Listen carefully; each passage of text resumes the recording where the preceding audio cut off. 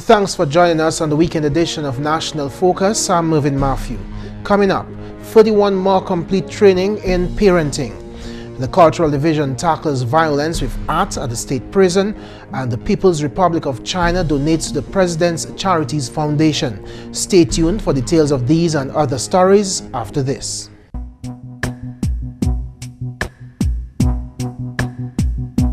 A lot of bathtubs are blamed for bruises. Some staircases are accused of being responsible for broken bones. Doors are occasionally viewed suspiciously as causing lesions. A high percentage of tables are accused of producing bleeding or trauma. Violence against women is a crime, and it's everyone's responsibility. It's inexcusable. If you're a victim or witness of physical or psychological violence or abuse, seek help and denounce the perpetrator. Thank you for staying with us. The Embassy of the People's Republic of China in Dominica has made a tangible donation to the President's Charities Foundation. During a ceremony on Thursday afternoon, His Excellency China's ambassador to Dominica presented the foundation with gifts in cash and kind to put towards its annual Children's Christmas Party. We heard your call, Your Excellency, and the community to make contributions to the needed people during the holiday season. Your love and compassion for the children of Dominica may describe the party and its purpose, and how much you want to help with the well-being and joy of your less fortunate junior brothers and sisters during the holiday season are very moving and infectious. We are also fortunate that we have dozens of small-sized t-shirts and people's school bags, and we have brought them here with your kind permission, and hopefully that of Mr. Santa Claus. I'd also request that those be distributed to the children at the party with our best wishes for the new year. His Excellency the President Charles Savre explained that the annual party is made possible in part by several sponsors like the PRC Embassy. In that regard, the contribution of the Embassy of the People's Republic of China is particularly welcome because it will enable us to begin the preparation with confidence that in fact we will bring it off this year in no less a fashion than we have done in the past. And I want therefore to express my personal thanks and appreciation to you, Ambassador, to the staff of the People's Republic of China. The President's Charities Foundation organizes its annual Christmas party in a different district of the island each year.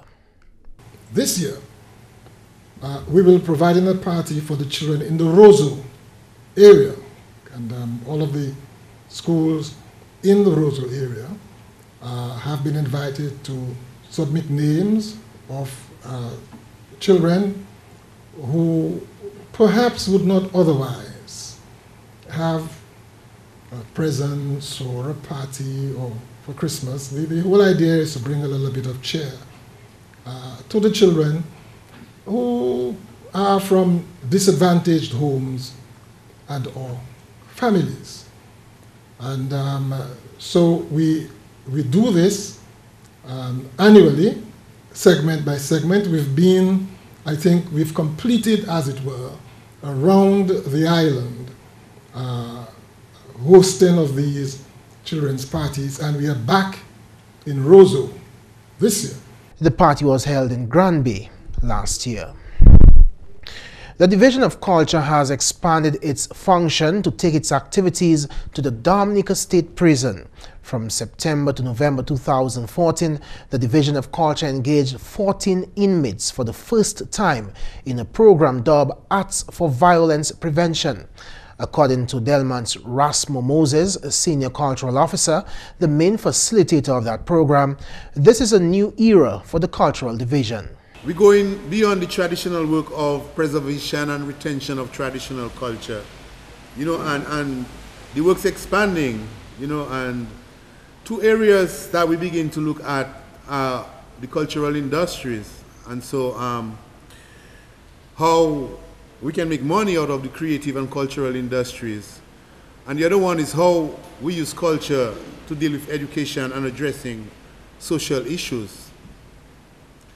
And both of them tie into the program that we're doing today, because in the program we discovered a number of talented artists who were incarcerated. We're hoping that, you know, this inspires them to go on to make money, legal money out of the arts, with some support, of course, from the wider society. For 10 weeks, popular theater was used to explore the role of poverty in various forms of violence. The participants were taught to use creative writing, poetry, short stories, songs, and drama to enhance their skills in problem solving and consequential thinking. Jacinta David, Acting Chief Cultural Officer, says the impact of this program should not be underestimated. The Cultural Division recognizes the importance of the arts as a vehicle for social change, as an educational tool to inspire, to educate, and to convince our youth that the arts can assist in making a difference in their lives, in their communities, and by extension, our beloved country, Dominica. We also recognize that there should be a focus on work with institutions such as the Dominica State Prison, among others. And so, Cultural Division is pleased to partner with the Dominica State Prison on this initiative. The program's main objective is to help inmates reform. The value of popular theater should not be underscored, and I am contented that you will enroll in this program, a program which will prepare you to regain your rightful place as law-abiding citizens of this beloved country. Every one of you is special. Every one of you is a productive member of society. Every one of you is what inspires others, because every one of you has a story to tell. Of the 14 participants, only 3 are still incarcerated and were presented with the certificate of participation at the Old Mill Cultural Center on Friday. The participants also gave presentations in song and poetry. David had one last word of advice for the participants. Life is too short to spend it locked up behind bars. Angry for what? Why? With whom? But now that the program is over, continue applying the skills learned. And most importantly, go and make disciples of the program. The Division of Culture is hoping to conduct another module come January 2015. 31 individuals in the Kalinago territory are now more knowledgeable in the area of child care and parenting. At the certificate and closing ceremony on Thursday at the Siniku Resource Center, these parents and future parents received certification from a parenting program organized by the Child Abuse Prevention Unit, which ran from the 13th of October to 17th of November. Child Abuse Prevention Unit Coordinator Gemma Luce provided a brief overview of the 5-week program organized under the theme, "Our children are our future, therefore parenting is our focus." There were a total of 10 sessions which lasted about an hour and a half in duration. The sessions were held weekly and ended on Monday, November 17, 2014. The objective of the program was to teach the parents how to take control of their parenting responsibility by helping them to acquire relevant information on childcare and development, learn new and proven parenting strategies, form supportive networks with other parents and reduce their sense of isolation, develop problem-solving skills. Some of the topics covered included stages of development, communication in the family, conflict resolution, helping your child succeed in school, child abuse, the signs, the effects, and how to protect your child from abuse, roles and responsibilities of parents and children. Luce is satisfied with the program's outcome, confident that it has achieved its goal in the Kalinago territory. When we first started, it could clearly be seen that the parents were skeptical about the program and even reluctant to participate in giving suggestions. However, it was noted that the main reason for not wanting to answer a question or making a statement was the fear of saying the wrong thing. However, as the program progressed, we could see the elevation of their enthusiasm and their eagerness to respond and participate. I must say that it was quite heartwarming to hear the parents remembering the things that were taught at every session. At the end of the session, the parents were given an evaluation test in order to determine their level of understanding of what was taught. All parents did exceptionally well. Representing the Carib Chief, Councillor Remy Ogis solicited participants' patience with their children and reminded them that parenting is a full-time job. One participant, Stephanie Dupuy, appreciates the work of the Child Abuse Prevention Unit, as she says there is much to learn about parenting and much to teach children. Dupuy currently provides for 3 children with disabilities. I have 3 other children. I did not get the opportunity to instill in them the things that I have learned because of their disability. I'm going to say disability. The reason is that I have a deaf, mute, and blind daughter. My other son is also hearing impaired, and I have another grandson who is also hearing impaired. I know we, all of us, we have benefited one way or the other in this program. Parents, take it into use. Do the best that you can. You may not have a child, but you may have a grandchild. You may have sisters who have children, you have nephews, you have nieces. Instill in them what we have learned. The Honorable Minister for Carib Affairs, Ashton Grano, believes that programs such as these are necessary, particularly within the Kalinago territory. Caring for children and raising children is not an easy task. And the councillor told you it's a full-time job. Yes, it is a full-time job. Because at home, the parent are charged with the responsibility of cooking, of washing, of cleaning, of caring, of teaching, of doctoring, of lawyering, of policing, of all the different functions you can think of that are functions of the state. And as a result, the job of a parent is the most difficult task in society. The 31 participants were presented with certificates of completion for the 5-week training program. 2 more charitable organizations were recipients of monetary donations from the President's Charities Foundation on Friday afternoon. His Excellency the President Charles Savre visited the Alpha Center and Disabilities Unlimited in Goodwill to hand deliver contributions on behalf of his foundation. Any institution of learning or training, you have to continue to learn and continue to train yourselves to become better at what you have started. So I think that no praise is too great for the efforts of the board and the tutors and also the sponsors and benefactors who lend the support. Claudia Bellot, chairperson of the Alpha Center's Board of Directors, said the donation will go a long way in meeting the needs of the school. As you know, when you have a building of this sort, you constantly have to be paying attention to the maintenance of the building and the upgrading of the physical infrastructure. And here it's no exception. So we have constant challenges as far as our building is concerned. And of course, you know, that includes having the funds to do the work that is necessary, because we want to ensure that we want to keep the building in the kind of shape that the students will enjoy coming here. Bellot says it will also assist in maintaining the center's skill-based programs.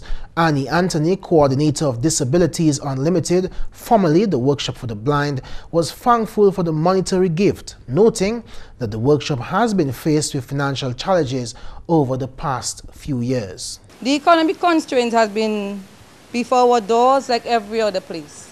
It's been tough, it's been rough, but besides all the challenges, yes, we keep strong and we are trying our best, no matter what. We're hoping next year that things might be a bit better, because every time, every day, you can't keep thinking of the past. You have to look for the future and always think positive. So that's always our goal and our aim up here. Disabilities Unlimited has been in operation since 1964. The workshop employs challenged individuals, a significant number of whom are graduates of the Alpha Center. The recipients warmly welcomed the president and his wife with songs and gifts. Here are a few clips.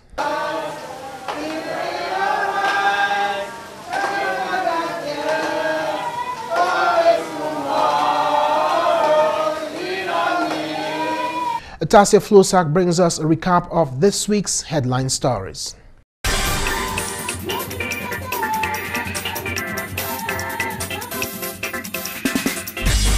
Welcome to this week's edition of Flashback. In the headlines this week, His Excellency Anibal Julio Jimenez Abascal was welcomed as Spain's new ambassador to Dominica on Monday and presented his credentials from the King of Spain to His Excellency the President of Dominica, Charles A. Savre. The President also welcomed Cuba's new ambassador to Dominica, His Excellency Juan Carlos Folmeta de la Rosa, on Thursday, who replaced Ambassador Juana Elena Ramos Rodriguez, whose stint ended earlier this month. Dominica received 2 of 7 inaugural calls scheduled for the island for the 2014-2015 cruise season. The MS Insignia, which made its inaugural call on Monday, and the MV Royal Princess of Princess Cruises, which made its first call to Dominica on Thursday, were welcomed by officials of the Ministry of Tourism, among others, at the Woodbridge Bay port. MV Royal Princess will make a total of 7 calls this season. Wednesday, November 19th was nomination day in Dominica. All election candidates for the 2014 general elections would have been nominated by at least 6 electors of their polling districts. The Honorable Prime Minister Roosevelt Skerrit, who is also the incumbent parliamentary representative for the Vacas seat, officially presented himself to Vacas constituents for another term as their representative. Also this week, the Dominica Electoral Commission reported that 2,895 new voters have registered from the period October 1st, 2014 to November 6, 2014. The electors list shall constitute the names of registered electors and the preliminary list, numbering 69,589 persons, and the above-mentioned supplementary list, which brings the list of eligible voters to a total of 72,484 in the upcoming general elections. From November 19th to 21st, practitioners in the field of utility regulations across the region convened for the first time in Dominica at the 12th annual conference of the Organization of Caribbean Utility Regulators, OCR. Discussions were held to discuss the future of renewable energy, safety within and challenges facing the electricity sector, and water supply scheduling, among others. A new executive director was also announced at that conference. And finally, the Grotto Home for the Homeless has once again benefited from the President's Charities Foundation's annual Christmas donations. His Excellency the President of Dominica, Charles A. Savre, and Mrs. Savre visited the charitable organization on Tuesday to hand over the check to the institution. It was announced then that residents of the Grotto Home will soon be able to make the move into their new housing location in Bellevue Roll. The home, on which construction began in early 2012, is hoped to be completed by the end of this year. Those were the headline stories which made the news this week. Back to you, Mervin. And before we end, an announcement from the Electoral Commission. The general public is informed of the commencement of the Commission's voter education program leading up to the December 8 elections. This campaign will include the broadcasting of its Elections Corner program in both English and Creole on radio stations in the state, as well as its publication in the print media. Additionally, a video presentation produced with the cooperation of the Government Information Service will be broadcast on both television stations. This television production highlights the voting process and introducing the new ballot boxes, which will be used for the first time in the upcoming general elections. The Commission is also in the process of updating the website and the Facebook pages of the Electoral Office in order to provide relevant statistics as well as general information to the public in preparation for the elections. And that's the English news. McPherson St. Luce is next with the Creole highlights. Alors tout le monde, bienvenue à cette nouvelle en créole. Non, moi c'est McPherson Saint-Luce. Premièrement, plusieurs bagailles de développement pour place en monde prospère.